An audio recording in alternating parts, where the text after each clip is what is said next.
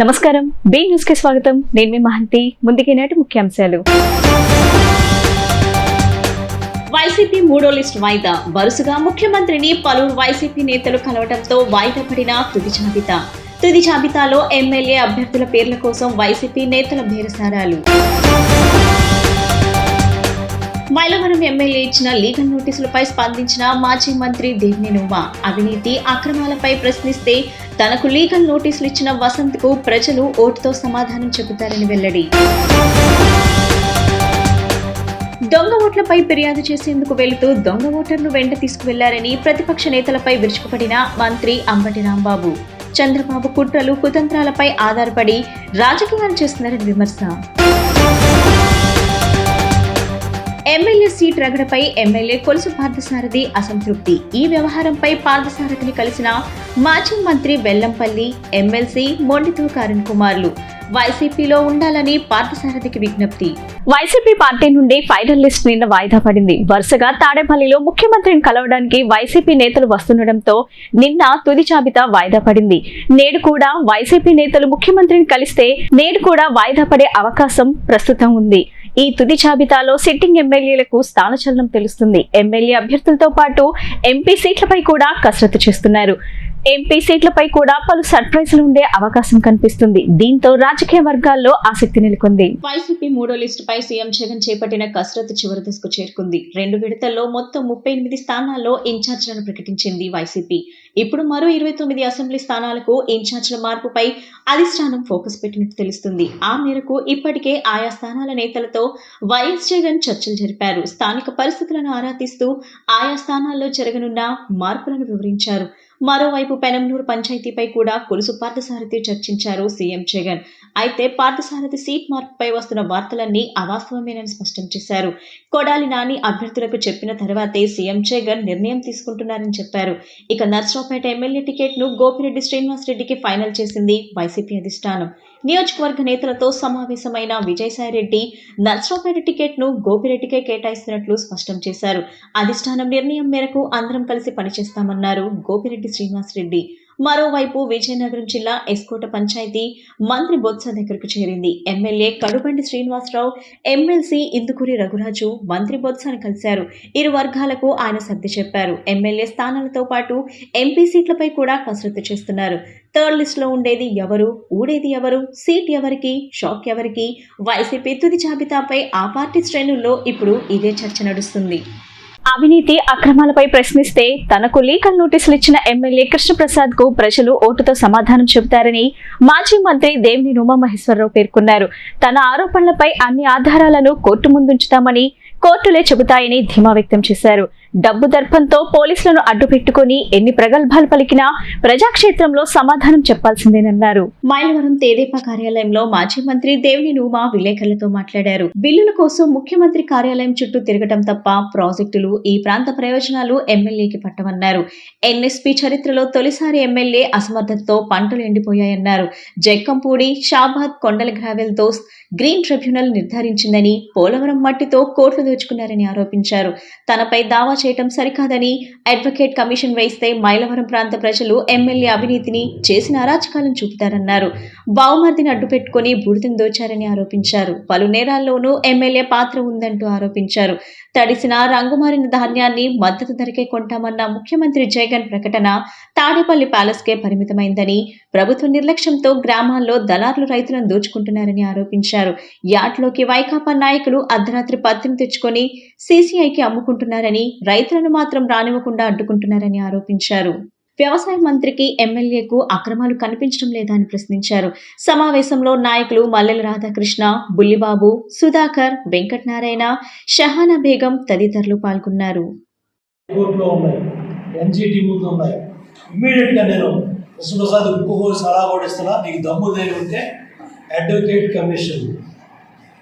వారం రోజుల్లో తెస్తావా, 15 రోజుల్లో తెస్తావా, తీసుకురా. కోర్టు ద్వారా, ఒక హైకోర్టు ద్వారా ఒక అడ్వకేట్ కమిషన్ వస్తే చక్కగా నేను చెప్పింది వాస్తవమా, నువ్వు ఇవాళ ఈ నోటీస్ ఇచ్చి ఆ నోటీస్ ఇచ్చి ఏదైతే ఇవాళ సొల్లు కబుర్లు ఈ ప్రాంతంలో చెబుతున్నావో ఆ సొల్లు కబుర్లన్నిటికీ కూడా మా మీడియా మిత్రులు యూట్యూబ్ ఛానల్స్లో నీకు సమాధానం చెప్తారు. తప్పకుండా ఈ సమాచారం మొత్తం కోర్టు ముందు ఉంచుతాం, న్యాయస్థానాల ముందు ఉంచుతాం. నువ్వు పంపించే అడ్వకేట్ కమిషన్కి ఇవన్నీ కూడా మొత్తం ఈ మొత్తాన్ని ఇమ్మీడియట్గా ఇవన్నీ కోర్టు ముందు ఉంచుతాం, ఇవన్నీ కూడా ప్రజల ముందు ఉంచుతాం, ఇవన్నీ కూడా ఎన్నికల కురుక్షేత్రంలో ఇంటింటికి తీసుకెళ్తాం, ప్రతి ఇంటికి తీసుకెళ్తాం. ఓటు అనే ఆయుధంతో నీలాంటి అవినీతి పరుండి, నీలాంటి దోపిడీ దొంగని దొంగ ఓట్లపై ఫిర్యాదు చేసేందుకు వెళ్తూ దొంగ ఓటర్ను వెంట తీసుకెళ్లారని ప్రతిపక్ష నేతలపై మంత్రి అంబటి రాంబాబు విమర్శించారు. చంద్రబాబు కుట్రలు కుతంత్రాలపై ఆధారపడి రాజకీయాలు చేస్తున్నారని విమర్శించారు. కేంద్ర ఎన్నికల సంఘం ఇవాళ విజయవాడలో నిర్వహించిన సమావేశానికి టీడీపీ అధినేత చంద్రబాబు, జనసేన అధ్యక్షుడు పవన్ కళ్యాణ్ కూడా హాజరయ్యారు. ఏపీలో ఓట్ల అక్రమాలు జరుగుతున్నాయని సీఈసీకి ఫిర్యాదు చేశారు. వారి వెంట తాడికొండ ఎమ్మెల్యే ఉండవల్లి శ్రీదేవి కూడా దర్శనమిచ్చారు. ఈ నేపథ్యంలో ఏపీ మంత్రి అంబటి రాంబాబు తీవ్రస్థాయిలో స్పందించారు. చంద్రబాబు కుట్రలు కుతంత్రాలపై ఆధారపడి రాజకీయాలు చేస్తున్నారని విమర్శించారు. మాజీ ముఖ్యమంత్రి శాసనసభకు రానటువంటి ప్రధాన ప్రతిపక్ష నేత ఇవాళ కేంద్ర ఎన్నికల సంఘం వద్దకు వెళ్లి కొన్ని విషయాలు వివరించారు. ఆ సమావేశం అనంతరం వారు బయటకు వచ్చి వైసీపీని విమర్శిస్తూ మాట్లాడారు. మేం అప్రజాస్వామికంగా వ్యవహరిస్తున్నామని, దొంగ ఓట్లను ప్రోత్సహిస్తున్నామని ఆరోపణలు చేశారు. చాలా చిత్రమైన విషయం ఏమిటంటే చంద్రబాబు ఈ సమావేశానికి ఎమ్మెల్సీ ఎన్నికల్లో వైసీపీని మోసం చేసి డబ్బు తీసుకుని టీడీపీకి ఓటేసిన తాడికొండ ఎమ్మెల్యే శ్రీదేవిని వెంటబెట్టుకుని వెళ్లారు. దొంగ ఓట్లపై ఫిర్యాదు చేయడానికి దొంగ ఓటర్ను వెంటబెట్టుకుని వెళ్లారు. ఇది ఎంత దుర్మార్గమో నాకు అర్థం కావడం లేదన్నారు. వైసీపీలో ఫ్యాన్ గుర్తుపై గెలిచి మొన్న జరిగిన శాసనమండలి ఎన్నికల్లో టీడీపీకి అమ్ముడుకుపోయి చంద్రబాబు చెప్పిన మేరకు టీడీపీకి ఓటేసిన శ్రీదేవి వంటి వారిని వెంటబెట్టుకుని వెళ్లి తమపైనే ఫిర్యాదు చేసే ప్రయత్నం చేస్తున్నారన్నారు. ప్రజాస్వామ్యంపై గౌరవం ఉన్నట్టుగా నటిస్తున్నారని, ఇంకా నయం మేకపాటి చంద్రశేఖర్ రెడ్డిని, ఆనం రామనారాయణ రెడ్డిని, కోటంరెడ్డి శ్రీధర్ రెడ్డిని కూడా వెంటబెట్టుకుని వెళ్లుంటే బండారం బాగా బయటపడేదని ఎద్దేవా చేశారు. తాను ఒకటే చెబుతున్నానని, ఈ దేశంలో ప్రజాస్వామ్యంపై ఏమాత్రం నమ్మకం లేని నేత ఉన్నారంటే అది 100% చంద్రబాబేనని విమర్శించారు. ఆయనకు డబ్బు మీద, కుట్రలు కుతంత్రాల మీద నమ్మకం ఉంటుందని, ఇవి చేస్తూ ఇంతవరకు ఎదిగిన వ్యక్తి చంద్రబాబు. ఆయన ప్రజాధారణతో ఎదిగిన వ్యక్తి కానే కాదంటూ అంబటి రాంబాబు ధ్వజమెత్తారు. ఎలక్ట్రానిక్ ఓటింగ్ మిషన్స్ చాలా ప్రమాదం ఉన్నాడు. ఎలక్ట్రానిక్ ఓటింగ్ మిషన్స్ వల్ల మ్యానిపులేషన్ జరుగుతుంది అన్నాడు. ఎలక్ట్రానిక్ ఓటింగ్ మిషన్స్ వల్లే మేము ఓడిపోతున్నామని చెప్పాడు. ఎలక్ట్రానిక్ ఓటింగ్ మిషన్స్ లో సైకిల్ కొట్టేస్తే ఫ్యాన్ పడింది. ఎంత దొంగ వయానో నాకు అర్థం కాలేదు. ఇవాళ ఏమైపోయా? సెంట్రల్ ఎలక్షన్ కమిషన్ వచ్చిందిగా, సెంట్రల్ ఎలక్షన్ కమిషన్కి వెళ్ళి ఈవీఎం చెప్పలేదే, మర్చిపోయాడు. ఆ రోజున ఓటమి భయంతో ఆరోపణ చేసేటటువంటి కార్యక్రమం.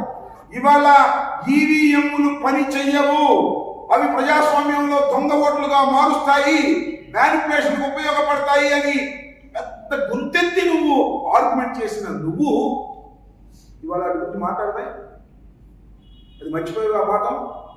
ఇవాళ వెళ్ళి మా మీద మాట్లాడతావు, నాకు అర్థం కాలేదు. అంతేకాదు, లాస్ట్ ఎలక్షన్స్లో గుర్తుందో లేదు నీకు, సెంట్రల్ ఎలక్షన్ కమిషన్ దగ్గరికి వెళ్ళి సెక్రటేరియట్లో ద్వివేదిను త్రివేదిను ఉన్నాడు, వెళ్ళి డైరెక్ట్గా బెదిరించాడు. ఎలక్షన్స్లో ఆయన వెళ్ళి ముఖ్యమంత్రి స్థానంలో తాత్కాలిక ముఖ్యమంత్రిగా ఉన్నటువంటి నారా చంద్రబాబు నాయుడు గారు వెళ్ళి ఆయన బెదిరించే కార్యక్రమం చేశారు. ఆఫీస్కి వెళ్ళాడు డైరెక్ట్గా, సింగిల్గా లైవ్ తీసుకెళ్ళి ఆంధ్రజ్యోతి, ఈనాడు మొత్తం లైవ్ అని వెళ్ళిపోయి బెదిరించే కార్యక్రమం చేశాడు. ఓటమి భయం వచ్చినప్పుడు చంద్రబాబు నాయుడు గారు ఇలాంటి వేషాలన్నీ వేయటం అనేది కొత్త ఏది కాదు అనే విషయాన్ని ప్రజలు తెలుసుకోవాలని మనం చేస్తున్నాం. చిత్రం ఏంటంటే శ్రీదేవితో వెళ్ళాడు. ఎందుకంటే ఆమె పార్టీలో, మా పార్టీలో గెలిచిన ఆయనకు ఓటేసింది, క్యాష్ కొట్టుంటే తీసుకుంది. ఇప్పుడు ఆయన అమ్మటే తెలుగుదేశం ఊరేగింపులో తిరుగుతుంది అనుకో, అది వేరే విషయం. ఈయన లేదు, ఎవరైనా పవన్ కళ్యాణ్ ఒత్తులు వాళ్ళందరూ రావాల్సిన అవసరం లేదు, ఎవరి పార్టీ వాళ్ళు వెళ్ళొచ్చు. కానీ ఈయన వెళ్ళిపోయాడు ఆయన అన్నమాట. నాకు అర్థం కాల, బహుశా గుర్తింపు లేని రాజకీయ పార్టీ కదా ఏది పవన్ కళ్యాణ్ గారి జనసేనకు, దానికి గుర్తింపు లేదు, దానికి ఇంటర్వ్యూ దొరకదు. అందువల్ల చంద్రబాబు నాయుడు గారు చెంచగా వెళ్ళాడు. నేను అడుగుతా ఉన్నా పవన్ కళ్యాణ్ గారు, ఎందుకయ్యమ్మల నీ గ్లాసు గుర్తు ఆ సైకిల్తోనే పోటీ చేయలేదు, ఎందుకు కొట్టిన కూడా ఇదంతా విలీనం చేసేది కొట్టే దెబ్బ దెబ్బ ఏమైంది? కొద్ది క్యాష్ కొద్ది కొడుకు సరిపోతే దాంట్లో మేము విలీనం చేస్తామండి, సైకిల్ గుర్తు మీద మేము పోటీ చేస్తాం, కాస్త కొద్దిగా ఇంకొద్దిగా ప్యాకేజీ పెంచండి అని అడుగు. ఆయన కూడా రెడీగా ఉన్నాడు, పాప సొమ్ము సంపాదించినంత రెడీగా ఉన్నాడు. అవి కూడా నీకు ఇచ్చేసి ఏకంగా దీనిలో తీసుకువెళ్ళేటటువంటి కార్యక్రమం చేస్తాడు, గుర్తుపెట్టుకోమని కూడా ఈ సందర్భంగా మనం చేస్తున్నాం. చంద్రబాబు నాయుడు గారు చాలా దుర్మార్గమైన రాజకీయాలు చేయడంలో నిష్ణాతుడు. చెప్పిన మాట చెప్పుకోకుండా మోసం చేసే కార్యక్రమాలు చేస్తున్నాడు. విచ్చలవిడిగా దానికి తోడు తానా తందానా అనే పత్రికలు బయలుదేరాయి. ఎమ్మెల్యే కొలుసు పార్థసారథి సీట్ వ్యవహారంపై మాజీ మంత్రి వెల్లంపల్లి శ్రీనివాసరావు, ఎమ్మెల్సీ మొండితోక అరుణ్ కుమార్లు ఆయన కార్యాలయంలో మర్యాదపూర్వకంగా మరోసారి కలిశారు. పార్థసారథి వైసీపీలో ఉండాలని వైసీపీ నేతలు కోరినట్టు తెలుస్తుంది.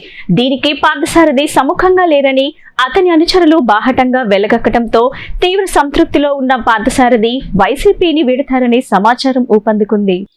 వైకాపా అధిష్టానం తీరుపై విసుగుపోయి తీవ్ర అసంతృప్తిలో ఉన్న కొలుసు పార్థసారథి మల్లాద్ విష్ణు ముఖ్యమంత్రి జగన్ వద్దకు వెళ్లేందుకు సైతం ఆసక్తి చూపించడం లేదు. దీంతో వారిద్దరిని ముఖ్యమంత్రి వద్దకు తీసుకెళ్లేందుకే గత కొద్ది రోజులుగా అధిష్టానం దూతలు తీవ్రంగా ప్రయత్నించాల్సి వచ్చింది. కొలుసు పార్థసారథిని ఒప్పించి ముఖ్యమంత్రి జగన్ వద్దకు సోమవారం తీసుకువెళ్లారు. జగన్ చెప్పినా పార్టీలో కొనసాగేందుకు సారథి పెద్దగా ఆసక్తి చూపించలేదు.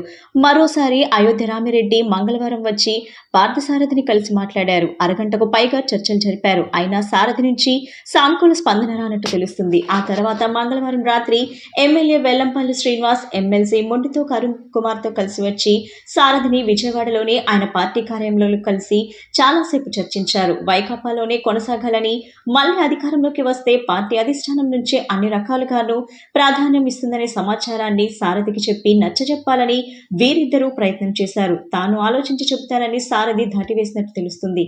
వైకాపాలో ఇంకా కొనసాగలేననే ధోరణికి సారథి వచ్చేసినట్టు సమాచారం. దీంతో వచ్చినట్టే వెనుతిరిగి వెళ్లిపోతున్నారు.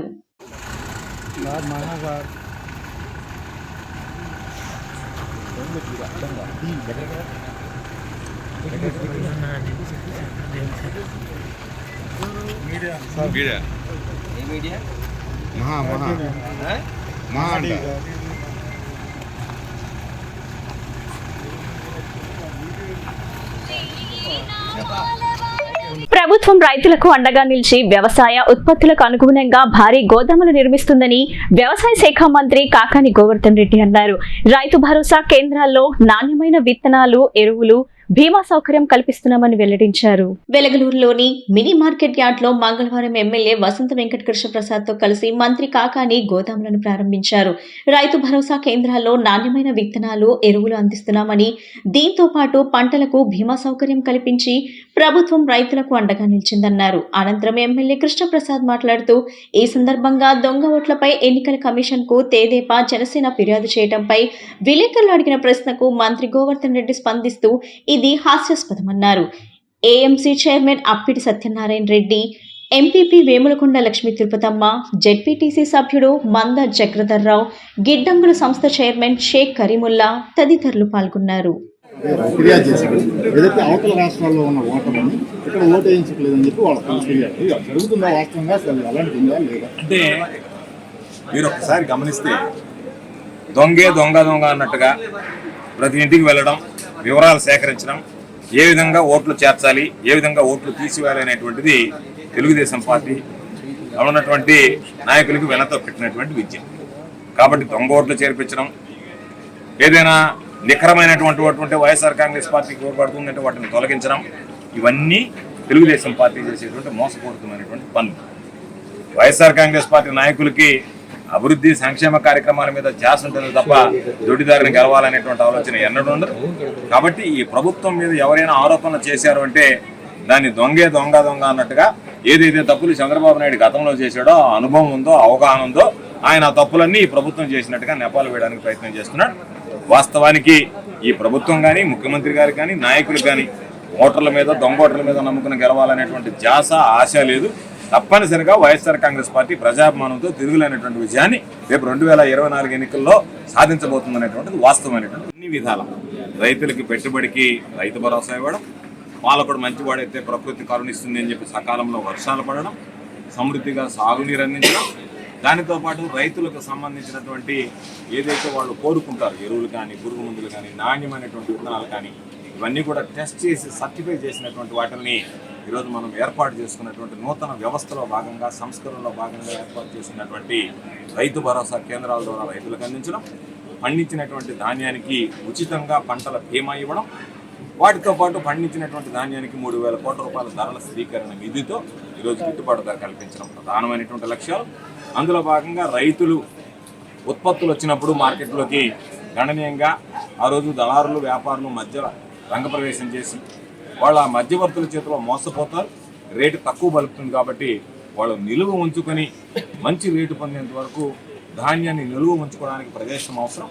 దానికోసం ఈరోజు ఈ బిల్డింగుల నిర్మాణం, అదేవిధంగా మల్టీపర్పస్ గోడౌన్స్ కింద ఈరోజు ప్రతి సచివాలయ పరిధిలో 500 మెట్రిక్ టన్నులు, 1000 మెట్రిక్ టన్నుల సామర్థ్యం కలిగినటువంటి గోడౌన్లు నిర్మిస్తున్నాం. కాబట్టి రాష్ట్ర వ్యాప్తంగా అనేక రకాలైనటువంటి సంస్కరణలు తీసుకొచ్చాం. రైతులకు అన్ని విధాల అండగా ఉండాలనేటువంటి ఆలోచనతో పనిచేస్తున్నాం. ఈ నేపథ్యంలో కొంతమంది ఎన్నికల దగ్గరకు వచ్చాయి కాబట్టి రైతులు ఎన్టీఆర్ జిల్లా తిరువురు డివిజన్లో సంక్రాంతి ముసుగులో కోడి పందాలు, జూదాలు నిర్వహిస్తే కఠిన చర్యలు తప్పవని ఏసీపీ ఎం రమేష్ హెచ్చరించారు. ఈ మేరకు మైలవరం ఏసీపీ కార్యాలయంలో ఆయన విలేకరుల సమావేశం జరిపారు. సంక్రాంతి పండుగ అంటే సాంప్రదాయబద్ధంగా జరుపుకోవాలని సూచించారు. ఎవరైనా కోడి పందాల కొరకు బలులు సిద్ధం చేస్తే చర్యలు ఉంటాయని చెప్పారు. సమావేశంలో మైలవరం సీఐ మోహన్ రెడ్డి పాల్గొన్నారు. చట్టానికి వ్యతిరేకంగా బరువులను తయారు చేసే ప్రక్రియ చేస్తే ఇమీడియట్గా కూడా బరువులను ధ్వంసం చేస్తాం. దానికి కూడా టీమ్స్ సపరేట్ గా ఫామ్ చేసాం, ఆల్రెడీ ఫామ్ చేస్తాం జరిగింది. తర్వాత వాళ్ళ మీద స్పెసిఫిక్ కేసులు కూడా పెడతాం. తర్వాత అక్కడ పోలీస్ గార్డు కూడా పెడతాం, పికెట్స్ కూడా పెడతాం. పార్టీలకు అతీతంగా సార్, ఏమండి పార్టీలకు అతీతంగా పార్టీ అసలు పోలీసే పార్టీలకు అతీతంగా పనిచేస్తారు.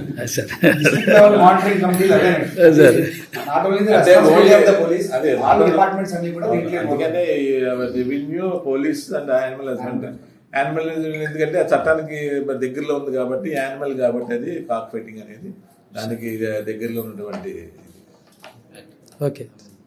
విజయవాడ వైసీపీలో అసంతృప్తిపై సెగ రాజుకుంది. వైసీపీ శ్రేణుల్లో తీవ్ర అసంతృప్తితో పాటు భారీ వ్యతిరేకత కనిపిస్తుంది. అద్భుతమైన పనితీరుతో ప్రజల్లో మమేకమైన planning board vice chairman, central MLA Malladi విష్ణుకు రాబోయే ఎన్నికల్లో మొండిచేయి చూపించడం సరికాదని ఎమ్మెల్యే విష్ణు వర్గేలు దుయ్యబట్టారు. విజయవాడ సెంట్రల్ నుంచి మల్లాద్ విష్ణుకు సీటు లేదని పార్టీ అధిష్టానం ప్రకటించిన సంగతి తెలిసింది. మల్లాద్ విష్ణుకు టికెట్ లేని నేపథ్యంలో ఆయన అనుచవర్గం తీవ్ర అసంతృప్తి వ్యక్తం చేస్తుంది. రానున్న ఎన్నికల్లో సెంట్రల్ నియోజకవర్గం సీట్ మల్లాద్ విష్ణుకు కేటాయించాలని పలువురు వైకాపా నాయకులు కోరారు. ఈ విషయమై 25వ డివిజన్ సీతారాంపురం సత్యసాయి సేవా సమితి వద్ద మానం గంగాధర్రావు నేతృత్వంలో నిరసన తెలిపారు. విష్ణుని అత్యధిక మెజార్టీతో గెలిపించుకుంటామని పేర్కొన్నారు. కార్యక్రమంలో డివిజన్ నాయకులు, ఎస్సీ, ఎస్టీ, మైనార్టీ, యాదవ సంఘాల నాయకులు పాల్గొన్నారు. అందరికీ నమస్కారం అండి.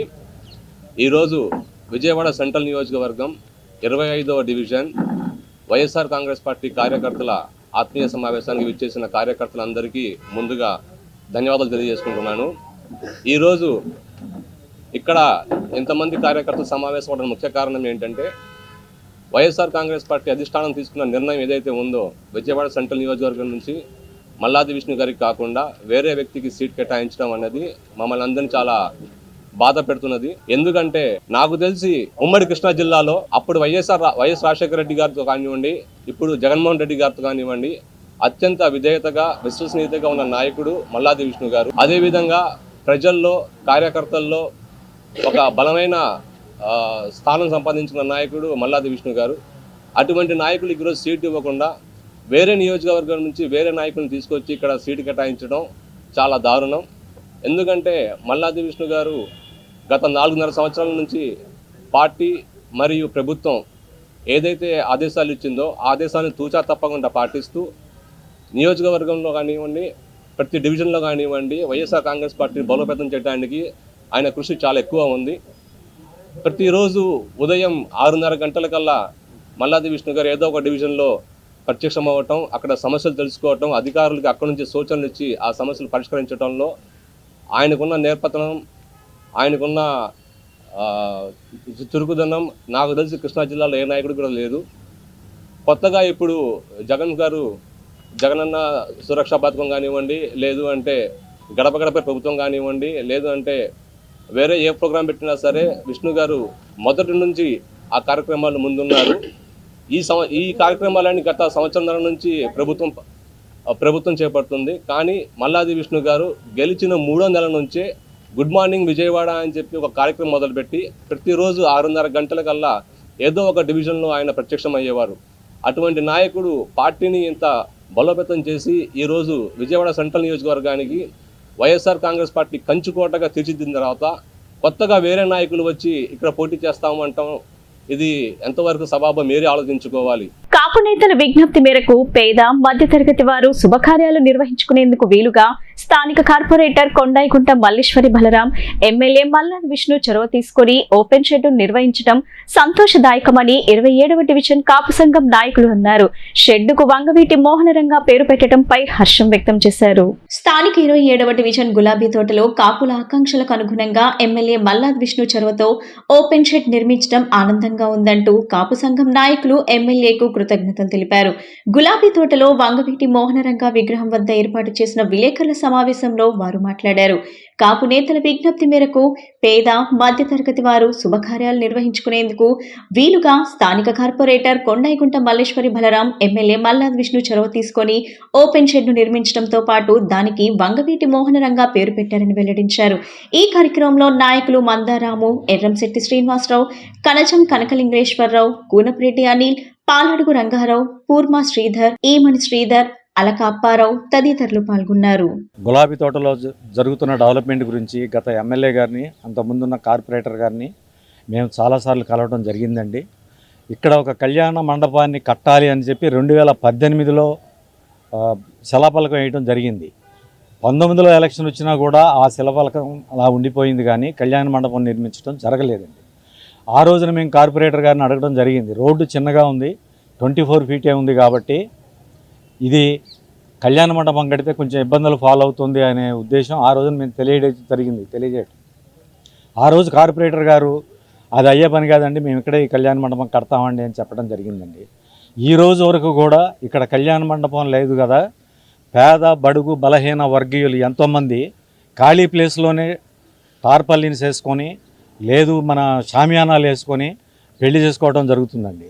ఎండకి వానకి ఎన్నో ఇబ్బందులు పడుతున్న తరుణంలో మా ఎమ్మెల్యే గారు, మా కార్పొరేటర్ గారు కొండాయిగుంట మల్లేశ్వరి బలరాం గారు పూనుకొని ఇక్కడ ఒక కళావేదిక విఎంఆర్ వంగవీటి మోహనరంగ మెమోరియల్ కళావేదిక కట్టించడం జరిగిందండి. అది ఎంతోమందికి ఉపయోగపడుతుంది. వంగవీటి మోహనరంగ గారు ఎలాగైతే బలుగు బలహీన వర్గాలు అందరికీ అండగా ఉన్నారో, ఈ కళ్యాణ మండపాన్ని కేవలం వాళ్ళ కోసమే ఎవరైనా వాడుకునే విధంగా మా ఎమ్మెల్యే గారు మల్లాది విష్ణు గారు, మా కార్పొరేటర్ గారు పూనుకొని దీన్ని నిర్మించడం జరిగిందండి. దీని మీద ఇక్కడ కొంతమంది ఇక్కడ ఉన్న కాపులకు నచ్చలేదని, 6,000 మందికి 5,000 మందికి నచ్చలేదని అంటున్నారు. ఇక్కడ ఉన్న వాళ్ళందరం కూడా ఈ గులాబీ తోటలో ఉన్న కాపు నాయకులమే ఉన్నామండి, ఇక్కడ కాపులమే ఉన్నామండి. మాకెవరికి ఇబ్బందికరంగా లేదు, అది చాలామందికి ఉపయోగపడుతుంది అనే ఉద్దేశం మాలో ఉందండి. దీన్ని ఇలాగే ఉంచాలి, ముందుకు తీసుకెళ్ళాలి అని మేమందరం కోరుకోవడం జరుగుతుందండి. ఇప్పటికి జనాభా విపరీతంగా పెరిగిపోయింది. ప్రతి చోట కూడా ఇళ్ళు కట్టుకోవటం బాగా పెరిగిపోయింది. దానివల్ల ఏంటంటే ట్రాఫిక్ ఇబ్బంది అవుతుంది. మేము మొదట్లోనే అప్పుడు కార్పొరేటర్ గారికి, అప్పుడు ఎమ్మెల్యే బోండా ఉమామహేశ్వర గారికి వీరి ద్వారా తెలియజేయడం జరిగింది. ఏమనంటే రోడ్డు వెడల్పు చేయండి, ఇళ్ళు పీకినప్పుడు కనీసం మాకు చాలా ట్రాఫిక్ ఇబ్బందిగా ఉందండి, దయచేసి రోడ్డు వెడల్పు చేసే కార్యక్రమం చేయండి. ఎందుకంటే రెండోది ఇప్పుడు చూస్తున్నారు మీరు, ట్రాఫిక్ ఇంకా కొద్దిసేపటికి అయితే ఇంకా ఇబ్బందిగా ఉంటుంది. మేము అందుకని కళ్యాణ మండపాలు ఇట్లాంటివి వద్దండి. ఎందుకంటే మేము అందరం కలిపి ఆ రోజు లెటర్ ఇచ్చాము. ఎవరికి? మల్లాది విష్ణు గారికి, ఎమ్మెల్యే గారికి లెటర్ ఇచ్చి, సార్ మాకు ఇట్లాంటిది వద్దు, రోడ్డు వెడల్పు చేసే కార్యక్రమం చేయండి, మాకు చాలా ఇబ్బందిగా ఉంటుందని తెలియజెప్పడం జరిగింది. సో ఇవాళ ఏంటంటే ఈ వైఎస్ఆర్సీపీ కార్పొరేషన్లోకి వచ్చినాక గౌరవనీయులైనటువంటి కార్పొరేటర్ గారు అయినటువంటి బలరాం గారి మిసెస్ గారు మల్లేశ్వరి గారు మరి మా వినతి పత్రాన్ని తీసుకొని ఇక్కడ అందరికీ, ఒక్క సామాజిక వర్గం అని కాదు, అందరికీ ఉపయోగపడేలాగా వేదిక నిర్మించడం జరిగింది. ఇక్కడ ₹1 కూడా తీసుకోకుండా ఈ ప్రాంత ప్రజలందరికీ అది సౌకర్యంగా ఉందని మేమంతా స్థానికులుగా ఇవాళ చాలా హ్యాపీగా ఫీల్ అవుతున్నాం. కేవలం కొంతమంది వ్యక్తులు, కొంతమంది శక్తులు బురద జల్లే కార్యక్రమం పనిగా పెట్టుకొని చేసిన దుష్ప్రచారం తప్ప ఇందులో ఎటువంటి ఇది లేదు. కేవలం మేము కోరుకున్నదే జరిగింది ఆ రోజున. ఇప్పుడు కూడా అంతే. మేము మల్లాది విష్ణు గారి నాయకత్వంలో, అట్లాగే మల్లేశ్వర గారి నాయకత్వంలో, వారి నాయకత్వాన్ని బలపరుస్తూ మేము ఇక్కడ స్థానికంగా ఉంటాం కూడా ఇక ముందు కూడా అని చెప్పి తెలియజేసుకుంటున్నాను. స్వాతంత్ర్యం వచ్చి 70 సంవత్సరాలైనప్పటికీ మాదిగ సామాజిక వర్గం అన్ని రంగాల్లోనూ వెనుకబడి ఉందని మాదిగ అభివృద్ధి సంఘం వ్యవస్థాపక అధ్యక్షులు బొడ్డు కిషోర్ ఆవేదన వ్యక్తం చేశారు. పదవుల్లో మాదిగలకు అన్యాయం చేస్తున్నారని అన్నారు. డిప్యూటీ మేయర్, వివిధ కార్పొరేషన్ చైర్మన్ పదవుల్లోనూ మాదిగలకు అన్యాయం జరిగిందన్నారు. గాంధీనగర్ ప్రెస్ క్లబ్ లో జరిగిన మాదిగ అభివృద్ధి సంఘం ప్రారంభోత్సవ సభలో ఆయన మాట్లాడుతూ మాదిగ సామాజిక వర్గాన్ని చైతన్యం చేసేందుకు, ఆత్మగౌరవం నింపేందుకు సంఘాన్ని ఏర్పాటు చేశామని పేర్కొన్నారు. మాదిగ సామాజిక వర్గాన్ని ప్రజలకు, ప్రభుత్వానికి మధ్య వారధులుగా చేస్తామని అన్నారు. మాదిగ అభివృద్ధి సంఘం వ్యవస్థాపక అధ్యక్షుడిగా పనిచేస్తా ఉన్నాను. విజయవాడలో ఏ మాదిగ పేటకి వెళ్ళినా, మాదిగలు నివసించే ప్రాంతాలు 32 ప్రాంతాలు ఉన్న విజయవాడలో ఏ ప్రాంతానికి వెళ్ళినా మీకు ఉద్యోగాలు వచ్చినాయి అంటే రాలేదు అని, ఇతర వ్యాపారం చేస్తున్నారంటే లేదు అని, ఏదైనా రాజకీయ పదవి వచ్చిందా అంటే రాలేదు అని, అనేక రకాల ఏదైనా సాఫ్ట్వేర్ ఎంప్లాయీగా ఉన్నారా అంటే లేదు అని, అంటే ప్రతి రంగంలో కూడా ఈ 70 సంవత్సరాలు స్వతంత్రం వచ్చినప్పటికి కూడా వెనకబడే ఉన్న ప్రాంతాలు మనం చూస్తూనే ఉన్నాం. దీని అంతటి కూడా కారణం చైతన్యం లేకపోవటం ఒకటి. మరొకటి, ఏ రాజకీయ పార్టీ అయితే అభివృద్ధి అని చెబుతుందో ఆ అభివృద్ధికి వీళ్ళని దగ్గర చేయకపోవటమే కారణం అని చెప్పి నేను ఈ విధంగా తెలియజేస్తూ ఉన్నాను. ఈ యొక్క సంఘం ఏర్పడటానికి కారణం ఏంటంటే వీళ్ళు ఏదో ఒక రకంగా ఇప్పుడు వరకు నష్టపోయిన విధానం పక్కన పెట్టి ఇక రాబోయే రోజుల్లో వచ్చే గవర్నమెంట్ కానీ, ఉన్న గవర్నమెంట్ కానీ మా మాదిగలకి మీరు ఏం చేశారు, మా మాదిగలకి ఇది కావాలి, మా మాదిగల పదవులు కావాలి, మా మాదిగల లోన్లు కావాలి, మా మాదిగ సంక్షేమ పథకాలు కావాలి, మా మాదిగలు ఎదగాలి, ఆత్మగౌరవం పెంచుకోవాలి అన్న ఉద్దేశంతో వీళ్ళందరికీ, ప్రభుత్వానికి, ప్రజలకి వారధిగా ఉండటానికి ఈ యొక్క మాదిగ అభివృద్ధి సంఘం ఏర్పడింది. దానికి మేమందరం కూడా మరి రాజు గారు కానీ, తిమోతి గారు కానీ, ఇట్లా అనేక పేటల్లో కూడా కమిటీలు వేసుకుని ముందుకు సాగుతూ ఉన్నాం. ప్రభుత్వానికి ఇవాళ మొట్టమొదటి సభ ఏర్పాటు చేసుకుని ప్రభుత్వానికి మా యొక్క డిమాండ్లను రేపటి నుంచే ప్రారంభిస్తాం. ఎందుకంటే ఇప్పుడు తూర్పు నియోజకవర్గం ఉంది. అంతమంది బాధ్యతలు ఉన్నప్పటికీ ఒక డిప్యూటీ మేయర్ పదవి లేదు, ఒక వ్యాపారవేత్త లేడు, ఒక మేయర్ లేడు. అదేవిధంగా పశ్చిమ నియోజకవర్గం చూసుకుంటే మరి 6 చైర్మన్లు ఉన్నారు. ఒక విధంగా చూసుకుంటే పరిశ్రమల శాఖ మంత్రి, పరిశ్రమలు చూసుకోవడానికేమో ఒక చైర్మన్ గారు ఉన్నారు. అదేవిధంగా కంసాలి సంఘానికి అంటే విశ్వబ్రహ్మణ్య సంఘానికి ఒక చైర్మన్ పశ్చిమ నియోజకవర్గం ఉన్నారు. అదేవిధంగా గ్రంథాలయ సంస్థ చైర్మన్ కృష్ణా చైర్మన్గా పశ్చిమ నియోజకవర్గంలో ఉన్నారు. ఒక ఎమ్మెల్సీ ఏమో సెంట్రల్ నియోజకవర్గంలో ఉన్నారు. ఇంకొక మైనార్టీ సంఘానికి చైర్మన్గా కూడా పశ్చిమ నియోజకవర్గంలో ఉన్నారు. అంటే అన్ని రకాలుగా ఉన్న బీసీలు ఉన్నారు, మైనార్టీలు ఉన్నారు. కానీ అండగారిపోతున్నటువంటి మాదిగ కులానికి మాత్రం ఒక చైర్మన్ పదవి, ఒక డిప్యూటీ మేయర్ పదవి, ఒక ఎమ్మెల్సీ పదవి లేదు. ఇది చాలా దురదృష్టకరం. కాబట్టి ఇవన్నీ కూడా రాబోయే రోజుల్లో సాధించుకోవడం కోసం ఈ మాదిగ అభివృద్ధి సంఘం పనిచేస్తారని తెలియజేసుకుంటాను. నగరంలో గుంటూరు కారం చిత్ర బృందం సందడి చేసింది. గుంటూరు కారం చిత్రం యూనిట్ హైదరాబాద్ నుండి ప్రత్యేక విమానంలో గన్నవరం విమానాశ్రయానికి విచ్చేసింది. Super star Mahesh Babu, heroine Sreeleela, Meenakshi Chowdary, నిర్మాత దిల్ రాజు, దర్శకుడు త్రివిక్రమ్ శ్రీనివాసులకు అభిమానులు ఘనస్వాగతం పలికారు. గన్నవరం విమానాశ్రయం నుండి గుంటూరులోని నంబూరు క్రాస్ రోడ్ కు ఆ చిత్ర బృందం వెళ్లింది.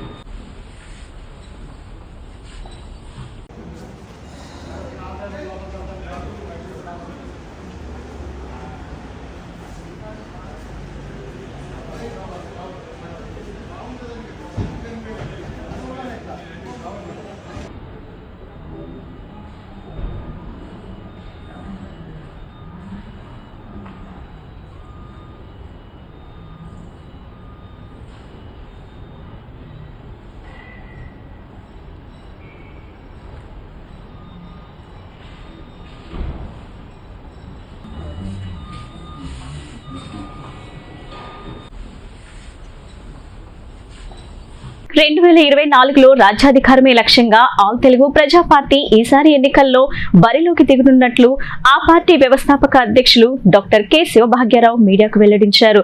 ప్రతి కుటుంబానికి లబ్ధి చేకూరేలా 12 గ్యారంటీల మేనిఫెస్టోతో ప్రజల్లోకి వెళ్లనున్నట్లు తెలియజేశారు.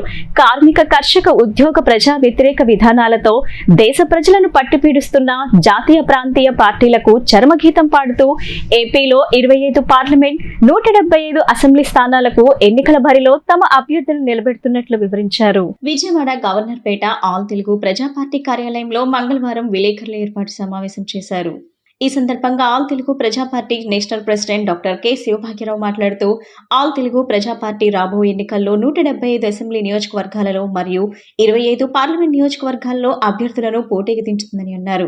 ఏటీపీ పార్టీ సంకల్పం బీసీ వెనుకబడిన వర్గాలకు చెందిన వ్యక్తిని ముఖ్యమంత్రిని చేయటం, ప్రతి కుటుంబాన్ని లక్షాధికారులను చేయటం, అవినీతి రహిత పాలన అందించడం అనే ప్రముఖ నినాదాలతో పాటు 12 గ్యారంటీ హామీలతో ఆంధ్ర రాష్ట్రంలో ప్రతి గడపను తాకడమే కాక ప్రజల్లోనికి పార్టీ విధి విధానాలు, సంక్షేమ పథకాలు తీసుకువెళ్లడం ద్వారా ఆంధ్ర రాష్ట్రంలో రాబోయే ఎన్నికల్లో అధికారంలోనికి ఆల్ తెలుగు ప్రజా పార్టీ రాబోతుందని చెప్పారు. పుట్టిన ప్రతి బిడ్డకు తక్షణమే ₹1,00,000 డిపాజిట్ చేయడం, భూమి లేని ప్రతి కుటుంబానికి 3 ఎకరాల భూమి కేటాయించడం, ప్రతి పేదవానికి వ్యవసాయం, వ్యాపారం, అభివృద్ధి కొరకు 10,000 నుండి 10 లక్షల వరకు పావుల వడ్డీకే రుణం, కేజీ నుండి పీజీ వరకు అందరికీ కార్పొరేట్ ఉచిత విద్య, ముఖ్యమంత్రి నుండి సామాన్య ప్రజల వరకు ఉచిత వైద్య పరీక్షలు, మందులు అందించడం, రాష్ట్రాన్ని గుడిసెల్లేని రాష్ట్రముగా తయారు చేయడం, నిరుద్యోగ నిర్మూలన చేయడం, అవినీతి నిర్మూలన, విడతల వారీగా మద్యం నిషేధం, పేదలకు ఉచిత న్యాయ సహాయం, వాలంటీర్ వ్యవస్థను పూర్తి జీతంతో నియమించడం, కాపులకు 15% రిజర్వేషన్స్, జనాభా నిష్పత్తి ప్రకారం ఎవరు ఎంతో వారికి అంతే అనే విధంగా రిజర్వేషన్లు కల్పించడం, ఈ విధమైన నిర్ణయాలతో ఆంధ్ర రాష్ట్రంలో రాజ్యాధికారమే అంతిమ లక్ష్యంగా సత్సంకల్పంతో ముందుకు వెళ్తున్నామని Telugu Praja party national president K Sivabhagyarao అన్నారు. ఈ కార్యక్రమంలో state sports person doctor Tamanam Vijay Kumar, state convener Nammi Apparao Yadav, vice president K Ravikumar, Chintala Krishna, Draksharam Suryababu, Rikka Gurumurthy, Dhanalakoti Srinivas తదితరులు పాల్గొన్నారు. ఈ రాష్ట్రం అప్పుల పాలు కాకూడదని, ఈ రాష్ట్రంలో ఉన్న ప్రజలు ఇంకా పేద ప్రజలు కాకూడదని, ప్రతి ఒక్క కుటుంబం కూడా లక్షలాధికారిగా అవ్వాలంటే 12 గ్యారంటీలతోటి ముందుకెళ్తున్నాం. ఈ 12 గ్యారంటీలని సాధించాలంటే బీసీ ముఖ్యమంత్రి కావాలి. ఈ రాష్ట్రంలో ఓసీ వర్గాల్లో ఉన్న 2 కులాల వారు ఈ 75 సంవత్సరాల నుంచి పరిపాలించారు. బీసీ కమ్యూనిటీకి చెందిన వ్యక్తి ఇంతవరకు ముఖ్యమంత్రి కాలేదు. బీసీ కమ్యూనిటీ నుంచి ఒక ముఖ్యమంత్రి కనుక రాగలిగితే ఈ రాష్ట్రం అభివృద్ధి చెందిద్ది, ప్రతి ఒక్క కుటుంబం కూడా లక్షలాధికారి అవుతుంది అనేసి మేము ప్రగాఢంగా విశ్వసిస్తున్నాం. దానికి తగినట్టుగానే 12 గ్యారంటీలు అనేసి ప్రకటించడం జరిగింది. 12 గ్యారంటీల్లో అన్ఎంప్లాయ్మెంట్ అనేది ఈ రాష్ట్రంలో ఉండకూడదు. అన్ఎంప్లాయ్మెంట్ హటావో అనే ప్రోగ్రామ్ని టేకప్ చేసేసి 18 ఇయర్స్ దాటిన వ్యక్తి ప్రతి ఒక్కరు కూడా డార్మెటరీస్ తీసుకొచ్చేసి ప్రతి జిల్లాలో కూడా ఒక డార్మెటరీ 100 ఎకరాల్లో డార్మెటరీ పెడుతున్నాం. ఆ డార్మెటరీలో ఫ్రీ కోచింగ్, ఫ్రీ ట్రైనింగ్, బిజినెస్కి కానీ, ఉద్యోగానికి కానీ, లేకపోతే వ్యవసాయానికి కానీ అన్నిటికి కూడా ట్రైనింగ్ ఇవ్వడం జరిగింది. వారికి ఫ్రీ ఫుడ్, ఫ్రీ షెల్టర్, వారికి కావాల్సిన బుక్స్ అన్నీ కూడా ఇవ్వడం జరుగుతుంది. ఎంప్లాయ్మెంట్, గవర్నమెంట్ జాబ్ కానీ, ప్రైవేట్ జాబ్ కానీ, వ్యాపారం కానీ, వ్యవసాయం కానీ చేసుకున్న రోజునే బయటకు వెళ్తారు. అప్పటిదాకా కూడా వాళ్ళకి టోటల్ ఫ్రీగా సప్లై చేయాలి. ఆ విధంగా అన్ఎంప్లాయ్మెంట్ని ఈ రాష్ట్రంలో లేకుండా చేద్దాం. రెండోది, ఈ రాష్ట్రంలో 65% వ్యవసాయం చేస్తున్నాం. మనం అన్నపూర్ణ అని కూడా అంటాం. మనం ఆంధ్ర రాష్ట్రాన్ని అన్నపూర్ణ రాష్ట్రంగా కూడా అభివర్ణించారు. కానీ 75 సంవత్సరాల్లో 65% వ్యవసాయం చేస్తున్నాం. అందుకని 100% వ్యవసాయం చేయాలంటే, ఉత్పత్తి పెరగాలంటే ప్రతి ఒక్క కుటుంబానికి కూడా 3 ఎకరాల భూమి ఉండాలి అనే విధంగా కోఆపరేటివ్ మూమెంట్ ద్వారా ప్రతి పేద కుటుంబానికి 3 ఎకరాల భూమి కూడా ఇవ్వాలనేది 2వ పాయింట్గా పెట్టుకున్నాం. వార్తలు ముగించే ముందు ముఖ్యాంశాలు మరోసారి. వైసీపీ 3వ లిస్ట్ వాయిదా. వరుసగా ముఖ్యమంత్రిని పలువురు వైసీపీ నేతలు కలవడంతో వాయిదా పడిన తుది జాబితాలో ఎమ్మెల్యే అభ్యర్థుల పేర్ల కోసం వైసీపీ నేతల బేరసారాలు. మైలవరం ఎమ్మెల్యే ఇచ్చిన లీగల్ నోటీసులపై స్పందించిన మాజీ మంత్రి దేవినేని ఉమా. అవినీతి అక్రమాలపై ప్రశ్నిస్తే తనకు లీగల్ నోటీసులు ఇచ్చిన వసంత్కు ప్రజలు ఓటుతో సమాధానం చెబుతారని వెల్లడి. దొంగ ఓట్లపై ఫిర్యాదు చేసేందుకు వెళుతూ దొంగ ఓటర్ను వెంట తీసుకువెళ్లారని ప్రతిపక్ష నేతలపై విరుచుకుపడిన మంత్రి అంబటి రాంబాబు. చంద్రబాబు కుట్రలు కుతంత్రాలపై ఆధారపడి రాజకీయాలు చేస్తున్నారని విమర్శ. ఎమ్మెల్యే సీట్ రగడపై ఎమ్మెల్యే కొలుసు పార్థసారథి అసంతృప్తి. ఈ వ్యవహారంపై పార్థసారథిని కలిసిన మాజీ మంత్రి వెల్లంపల్లి, ఎమ్మెల్సీ మొండితో కరుణ్ కుమార్లు వైసీపీలో ఉండాలని పార్థసారథికి విజ్ఞప్తి. ఈ బులెటిన్ ఇంతటితో సమాప్తం. తిరిగి మరో బులెటిన్ కలుద్దాం. నమస్కారం.